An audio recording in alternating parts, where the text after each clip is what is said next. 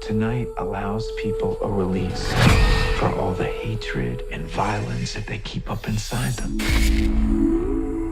Hi guys, how is everyone doing today? I'm fine, thanks for asking, and if you don't care, well then I'll just shut up. Hopefully you're starting to get to know me by now, but if you're not, that's cool too. I'm your host Ayman Hassan and you're watching Top 10 Hindi Videos. In the spirit of Halloween and all things messed up apparently, today's video is quite high on the messed up scale to the point it's probably breaking the scale. But is it really messed up at all if it's all legal for 12 hours? Hint, hint, do you see where I'm going with this? No?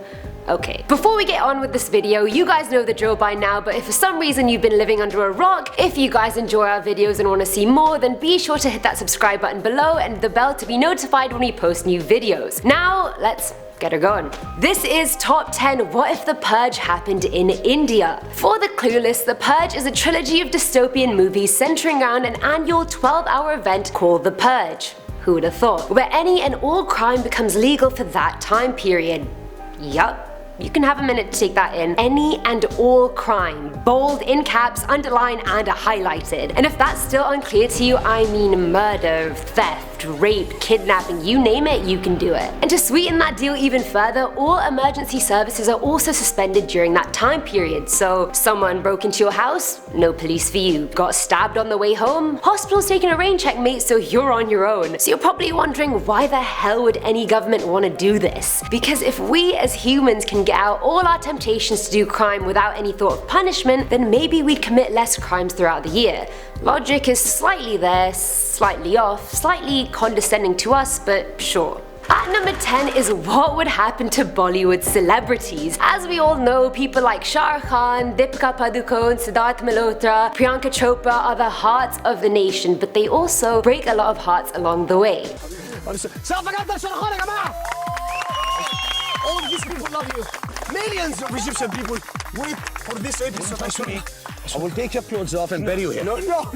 I promise you. No, you're gentle. No. Please, don't come next to me. Okay, talk to me. Please. Don't touch me. I don't want to talk to you. Please. Not exclusive to Bollywood, but we all know that crazy, dangerously obsessed fans are totally a thing.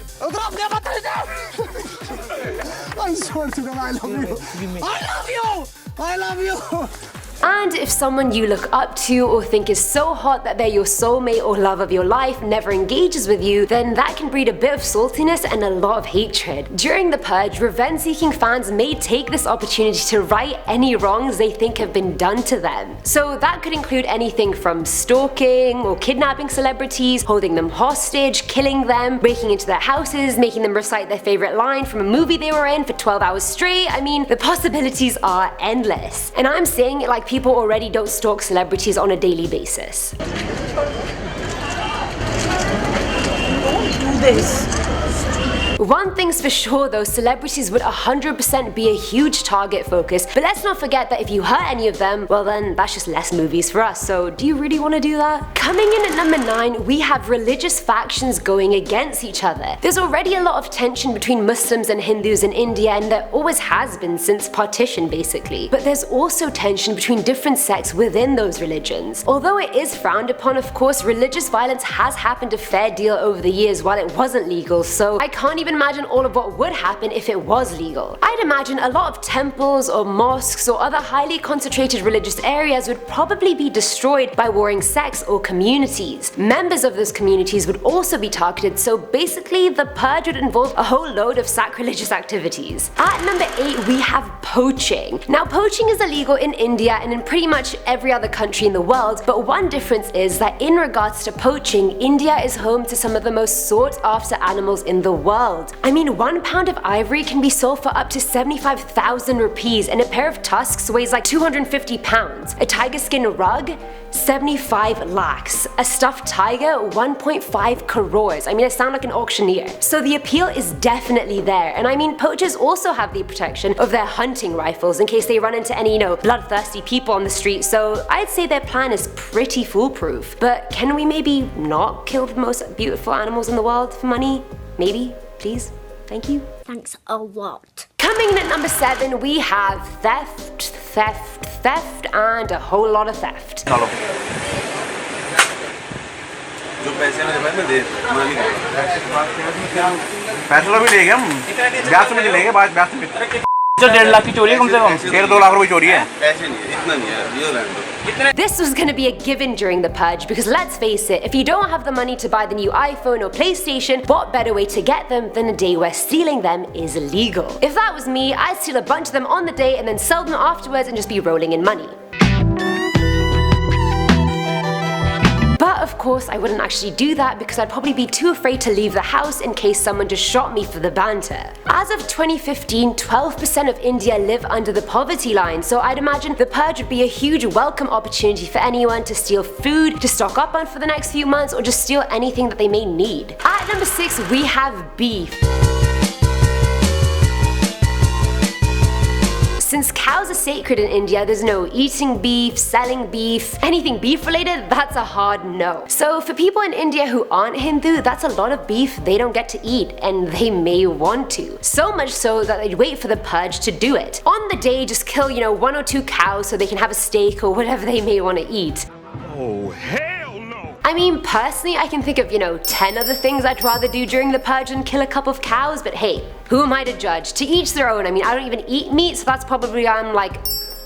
Coming in at number 5, we have school admissions. Come on guys, have a heart. I just graduated, but my heart does go out to everyone who's still in university or who are in the process of applying to university. It is absolutely brutal. And don't believe anything they tell you, it doesn't get easier, you just get better at dealing with it. If anything, it literally gets harder. Getting into the school of your dreams is a dream that a lot of young hopeful Indians have. I mean, they're quite an intelligent bunch, but you already knew that. But when you don't get into that one school you've been working your whole life to get into, or the pressure of school and studying is just too much for you, it really takes its toll. A lot of students in India commit suicide due to those reasons. I mean, let's face it, a B grade in our parents' eyes is like basically a fail. So imagine being able to break into that school and get your name on that admissions list, or steal all your exams so you can knowingly ace your finals and go to bed happy. This sounds so tempting to me, and I'm not even in school, but if I was and the purge was happening, this would be very high on my agenda. At number 4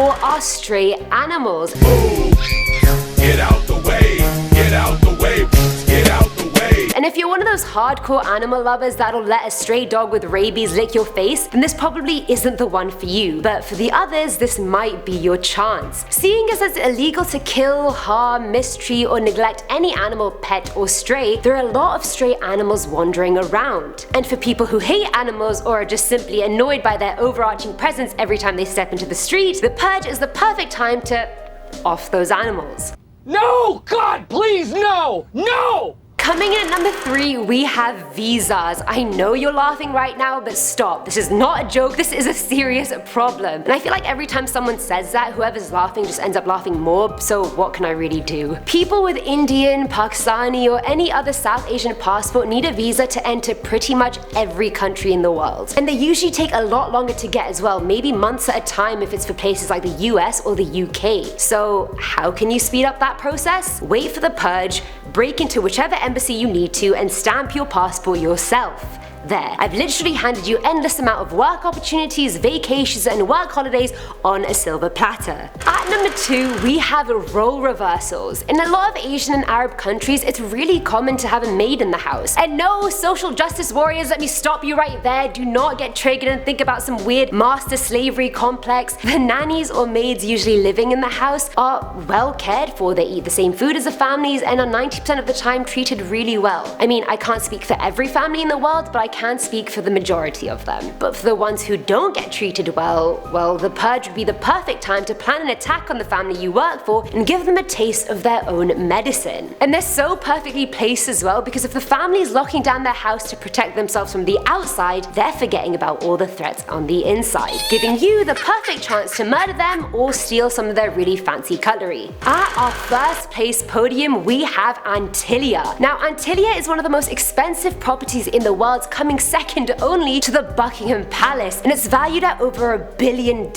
Like, that's a lot of money. It's a private residence owned by India's richest billionaire Mukesh Ambani, and it's home to one single family. Now, that may seem like nothing out of the ordinary, but the building has 27 floors. 27 floors for one family and 600 in-house servants that cater to the family around the clock. And I don't know why, but the building was constructed in an area surrounded by a lot of slums. So a bunch of people living in poverty having to pass this obnoxious building every day is gonna anger a fair bunch of them. I mean, if the Purge was real, then I'm sure Ambani would install a bunch of the most high-tech exclusive protection into his home, but that still wouldn't stop the crowds of people probably trying to ruin the building, steal from it, and maybe even kill Ambani himself or any of his family members. I mean, it's really not hard to imagine the things these people would want to do to a man living like a king in front of thousands living like paupers. And that is that for today's video, guys. I hope I shed some light on the horrors of what the Purge could be like in India, and hopefully didn't give you guys any ideas. I genuinely see the logic of why the government introduced the Purge in the movie, but it has no merit because people would still commit crime regardless, they just do it a lot more on that specific day. Do you guys think it's a good idea? Will it purge society of all our bad temptations? Please make sure to subscribe and sound off in the comments below. I read each and every one of them, but for now,